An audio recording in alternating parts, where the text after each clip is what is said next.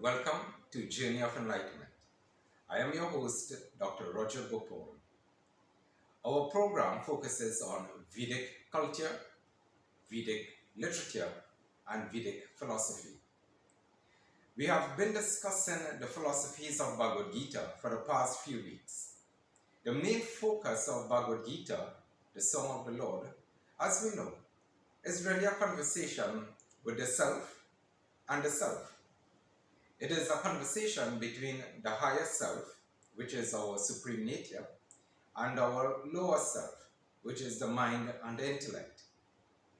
Someone asked me just recently, is there really a difference in our own selves, in our own state of consciousness? And if there is a difference, isn't that contradictory? So I remember answering that person and saying, it may seem contradictory at first, but it is not. When we talk about the self, even if we talk about self-love, the question is, which self? All of us carry different versions of ourselves. Each day that we wake up, there might be one version of ourselves at home, one version of ourselves at work, one version of ourselves with our friends and our colleagues on the outside. There are many versions of the self. But when we talk about self and the different levels of self, we are really not talking about the self that acts. We are talking about the different levels of consciousness that exist. Different levels of self in this context today refer to the different levels of consciousness. What then are the different levels of consciousness? What do I mean by the higher self and the lower self? Who is having this conversation in Bhagavad Gita? We started Bhagavad Gita chapter 1 verse 2, where the blind king asked Sanjay the seer what was happening in the battlefield between the sons of Pandu and his own sons, the Kauravas. We then moved on towards a conversation, which is from verse 2, whereby another aspect of the self will be in conversation, which we will call a crisis of conscience. Before we discuss that crisis of conscience, let's go back to understanding what is the self and what is the dialogue between the higher self and the lower self. We know that the lower self is our physical being, which we will call the gross body. That is made up of our physiological flesh and bones and our organs and those aspects. That is one aspect of self. And many people operate strictly and sadly at that level of self. They live to satisfy the cravings, the desires of the flesh. They are controlled by that outer aspect of life, the satisfaction of the physiological. That is one of the reasons why many people tend not to take physical care of themselves, engage in activities that satisfy the body, and with no regard for anything else. No regard for anything that is mental, intellectual, and least of all spiritual. So that is one aspect of self. Another aspect of self might be the mind. And that mind, what is it? It's made up of multiple thoughts. And that is another self. And the condition of that mind will determine the condition or the value of that self, the mental self. And some minds might be corrupted, degenerated, live in despair, live in depression. And that forms the condition of the mental self. Other minds would live in peace, in purity, in grace, in kindness, in compassion. And that also creates the mental self. Then there's a higher self. That self is what we know as the intellectual self. What exactly is that intellectual self?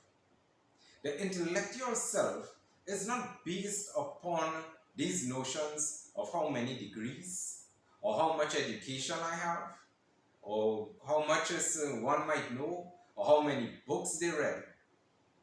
That is not the intellectual self. The intellectual self is the ability to discern. In other words, to decipher between things, to differentiate. That is the intellectual self. But there's a self that is even higher, and a self that is more subtle. That self is the supreme self. That self is what some others call the unifying field of consciousness. We call it the divine consciousness or the God consciousness. That self is a self that exists in everything, and it exists when nothing exists. It transcends existence itself, and because of it, existence is possible. So, who is having this conversation in Bhagavad Gita? In Bhagavad Gita, the conversation will show the supreme self, that divine consciousness, the unifying field of consciousness, having a conversation with the elements of the lower selves. That is what Bhagavad Gita is about. And for one to understand the Bhagavad Gita fully, we must understand the various levels of this consciousness. The various levels of this consciousness, as I said, is the gross level, the physical level, the mental level, which is the mind, the abode of thoughts, the intellectual level, which is the level whereby we discern, we are able to differentiate between one thing and the next, and the supreme level, the unifying state of consciousness. We can also describe it as three states of existence, three states of consciousness that everyone goes through. Even the most vile criminal to the most saintly of saints, all exist in three states of consciousness. What are those three states of consciousness that one may ask? We all go through the state of the awakened consciousness, or what we will call now the awakened state, where we go about life, we work, we get married, we engage in physical activities, we eat. All those are aspects of the gross self, the awakened state of consciousness.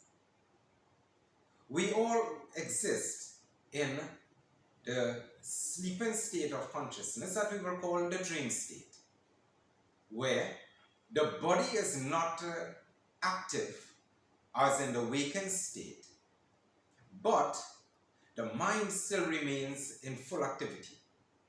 So we dream. Some dreams are very nice dreams actually. You might dream that you are flying. You might dream that you are prince or princess. You might dream that you are next to the most beautiful ocean on earth, or that you are visiting far off lands. Other dreams can be quite terrifying, very horrific. So we also exist in the dream state, where the mind, the mental consciousness, is still in full operation. We exist in a deep sleep state, where as far as we know or don't know, nothing exists when we're in that deep sleep state. We are not even aware of our own existence. We are not aware of where we are. We are not aware of who we are, and we are not aware of anything that is around us. The deep sleep state. The highest state of consciousness surpasses all these various states, which is the unifying field of consciousness. That, in essence, is the dialogue that is taking place between Lord Krishna and Arjuna, and the observance of all those who are in the battlefield. They represent the various states of consciousness. We will today move into another aspect of chapter 1, which I will read it to you.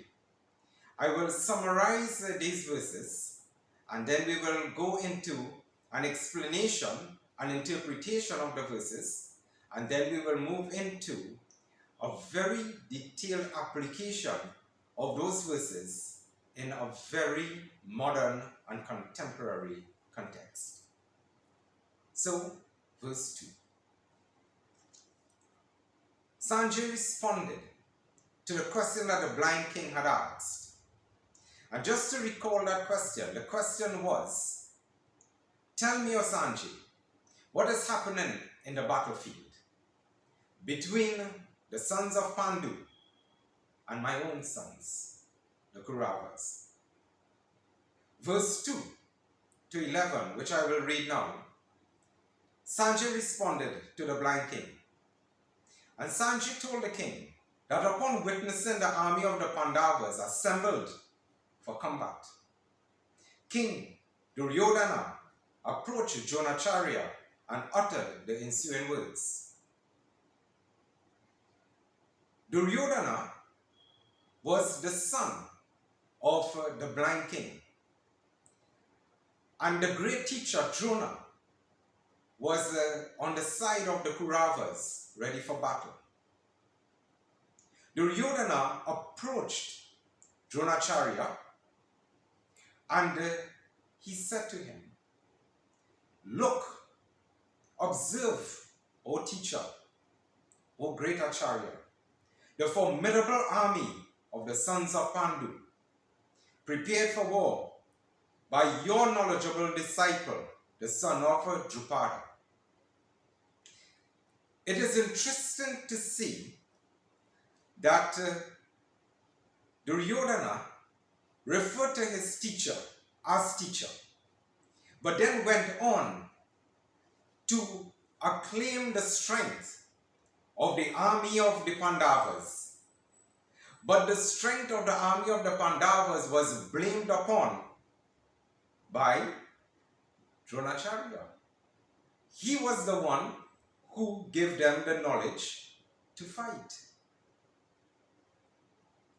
Duryodhana went on to say to his teacher, Dronacharya, behold the heroes, the notable archers, equal in military skills to Bhima and Arjuna. These notable archers, Bhima and Arjuna, they are the ones who were trained by Dronacharya, but they were fighting for the Pandavas. Dronacharya, on the other hand, was on the side of the Kauravas, not because he supported the ideals and the ideologies, he did not support the pursuits of the Kauravas, but he stood there just because it was his duty. Duryodhana went on to identify the most excellent of men who were standing on the side of the Pandavas, ready for battle, a galaxy of mighty warriors standing against the Kauravas, standing for the righteousness which the Pandavas represented.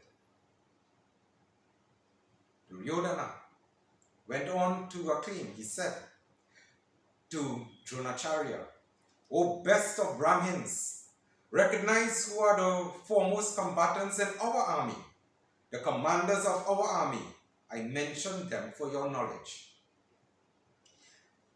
After Duryodhana identified who were the mighty warriors, a galaxy of warriors on the side of the Pandavas, he seemed now in a state of distress, despondency, or perhaps fear, that he must now recognize who are the fighters on his side.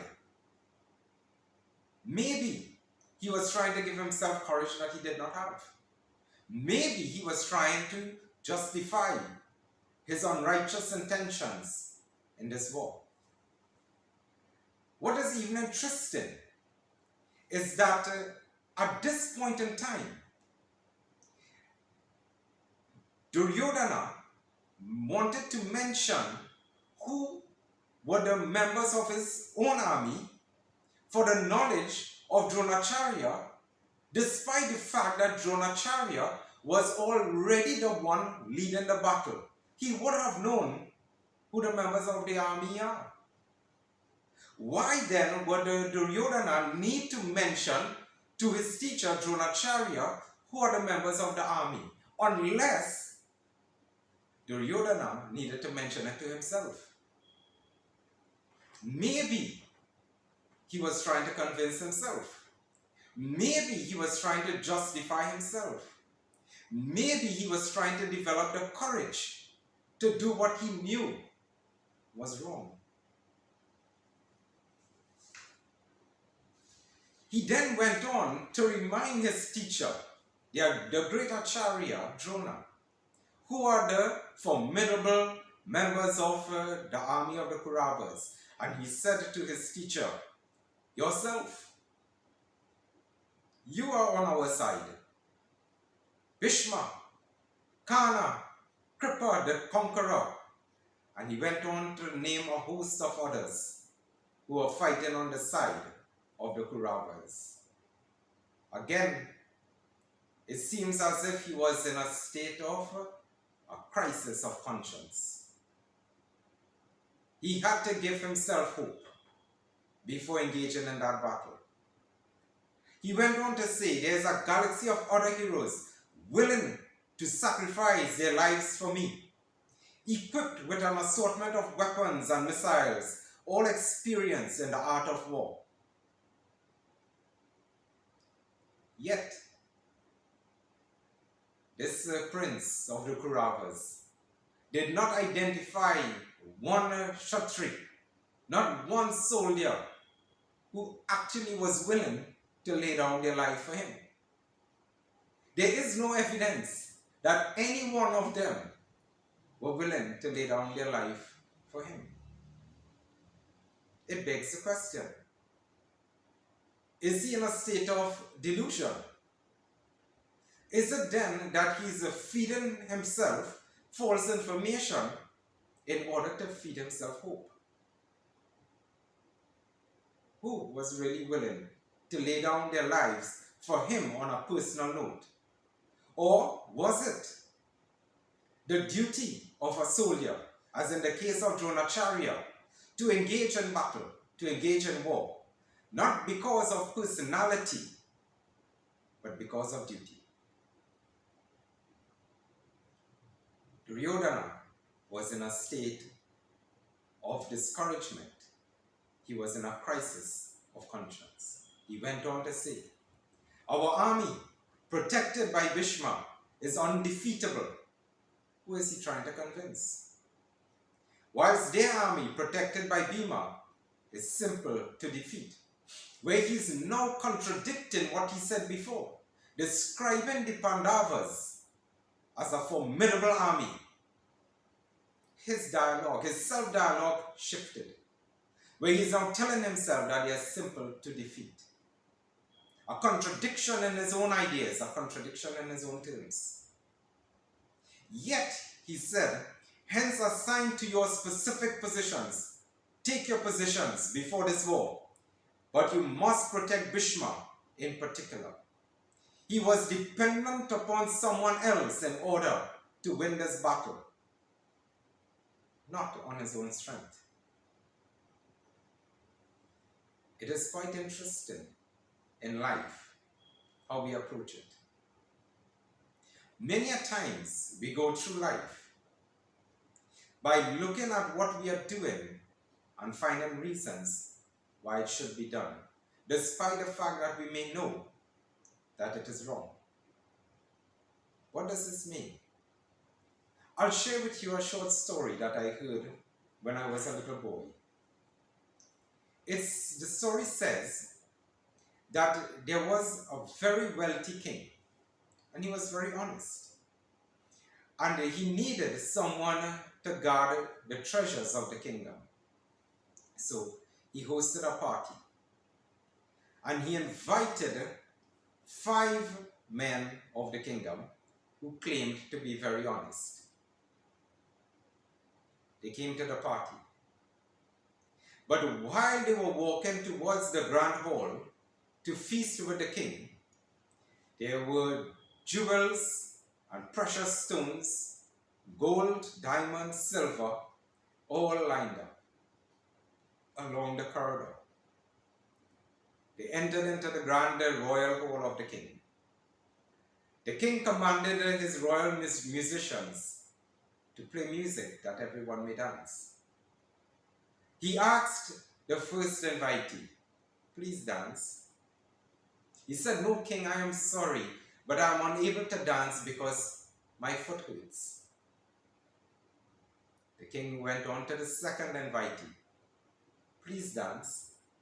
"I am so sorry, king," the invitee answered, "but my arm hurts. I am unable to dance today." The third invitee requested to dance. "Oh, I am sorry, king, but my entire body aches and pain. I am unable to dance." The fourth invitee, same question. "Oh, I am sorry, king, but I am half blind, so I am unable to dance, but I will be a good treasurer because I will not steal anything." The fifth invitee, "Oh, king, I will happily dance," and he danced around the ballroom. The king called the royal guards to search the first 4, and he found upon them the treasures of the kingdom. The first culprit said, "It is not my fault. My friends on the outside forced me to take jewelry and precious stones when I came here." The king said, "Send him to jail." The second invitee said, "Oh, it is not my fault, king.